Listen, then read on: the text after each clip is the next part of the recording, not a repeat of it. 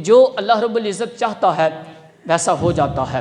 اللہ نہ چاہے تو کچھ بھی نہیں ہو سکتا۔ نہایت گھٹیا کام ہے کہ انسان اپنے خالق اور مالک کی رضا پر راضی نہ ہو، جبکہ عالی شان کاموں میں سے ایک کام ہے کہ انسان کہے کہ میرے رب نے میرے مقدر کے اندر جو لکھا ہے مجھے وہی منظور ہے۔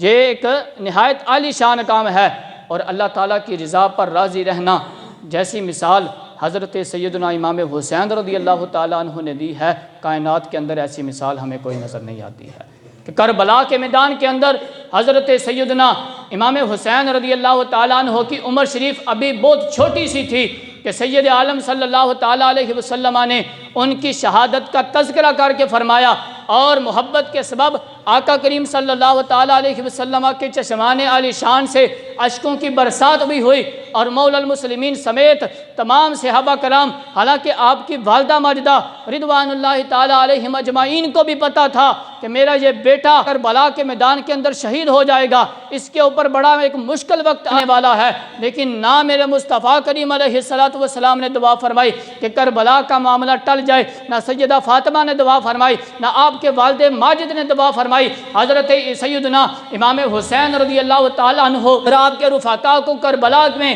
پیاسا ستایا گیا، مگر آپ نے بارگاہ الہی میں اس مشکل سے آسانی کے لیے دعا نہیں فرمائی۔ حالانکہ عراق کی طرف روانگی ہوئی جب، تو مدینہ طیبہ کے راستے کے اندر ایک صحابی رسول جن کا نام حضرت عبداللہ بن مطیع رضی اللہ تعالیٰ عنہ ہے، آپ کی ان کے ساتھ ملاقات ہوئی، وہ اپنی زمین سے کنواں کھود رہے تھے، تو آپ نے جب دیکھا کہ حضرت سیدنا امام حسین رضی اللہ تعالیٰ عنہ تشریف لے کر آئے ہیں، تو عرض کی، اے حسین ابن علی، آپ پر میرے ماں باپ قربان ہو جائیں، آپ کہاں کا ارادہ لے کر چل رہے ہیں؟ تو آپ نے ان کو اپنا ارادہ بتایا، پھر انہوں نے عرض کی کہ اے حسین ابن علی، میں یہ کنواں کھود رہا ہوں، آپ یہاں برکت کی دعا فرما دیں۔ آپ نے ارشاد فرمایا کہ اس میں سے تھوڑا سا پانی لاؤ۔ جب پانی لایا گیا تو آپ نے اس میں سے کچھ پیا، اور پینے کے بعد ارشاد فرمایا کہ اس کو اس کنویں کے اندر ڈال لو، اور منہ کے اندر سے بھی آپ نے کلی اس کنویں کے اندر ڈال دیا، تو اللہ رب العزت کی برکت سے اس کنویں کا پانی میٹھا بھی ہو گیا اور پہلے اس کی بنسبت زیادہ بھی ہو گیا۔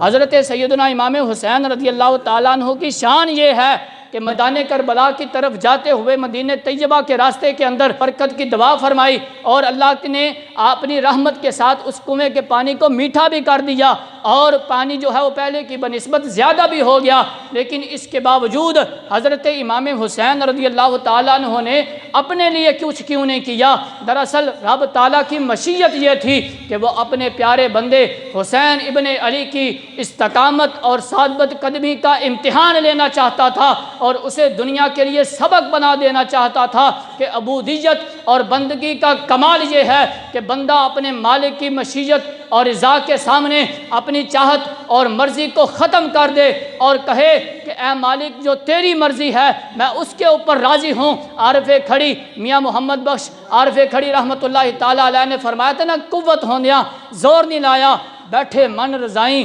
دنیا اتو پیاسے گے دین دنی دے سائیں۔ یار آپ لوگ کیا سمجھتے ہیں حضرت امام حسین رضی اللہ تعالیٰ عنہ کر کچھ نہیں سکتے تھے؟ بھائی وہ سب کچھ کر سکتے تھے، لیکن فقط اللہ تعالیٰ کی رضا پر راضی رہنے کے لیے انہوں نے ایسا عمل کیا تھا۔